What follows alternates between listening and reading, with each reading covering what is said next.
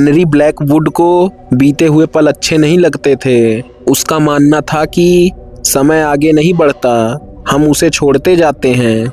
वो एक साइंटिस्ट था और उसकी पूरी जिंदगी एक ही सवाल के इर्द गिर्द घूमती रही, क्या बीता हुआ पल दोबारा जिया जा सकता है? हेनरी की बनाई मशीन भविष्य देखने के लिए नहीं थी, वो अतीत बदलने के लिए भी नहीं थी। वो सिर्फ एक काम करती थी, पुराने पलों को दोबारा चलाती थी। हेनरी कहा करता था, अगर दिमाग किसी पल को याद रख सकता है तो मशीन उसे दोबारा दिखा सकती है। हेनरी के शुरुआती एक्सपेरिमेंट कामयाब रहे।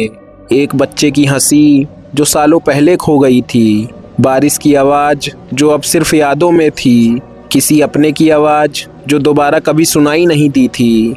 यादों का हर पल बस कुछ सेकंड का होता, शुरू होता और ख़त्म हो जाता। हेनरी खुश था, उसे लगने लगा था कि समय अब उसके काबू में है।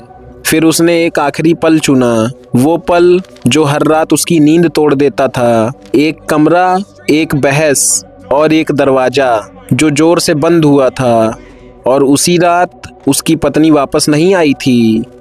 हेनरी ने मशीन चालू की, स्क्रीन पर वही कमरा उभरा, वही आवाज़ें, वही पल, लेकिन इस बार कुछ अलग था। वो पल खत्म नहीं हुआ, बहस चलती रही, दरवाज़ा बंद होता रहा, बार बार बिना रुके। हेनरी ने परेशान होकर मशीन बंद की, लेकिन वो पल नहीं रुका।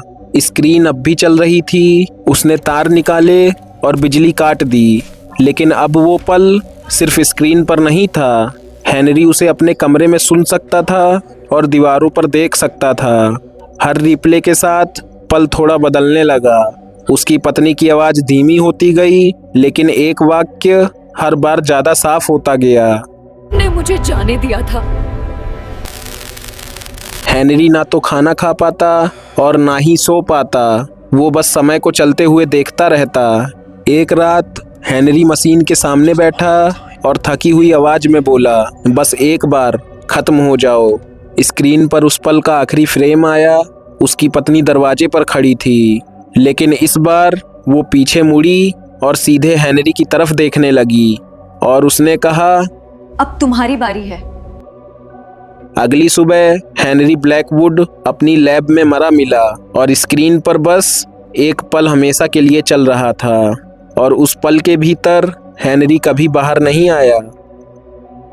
समय सब कुछ ले जाता है, लेकिन जिन पलों को हम जबरदस्ती दोबारा जीते हैं वो हमें जाने नहीं देते।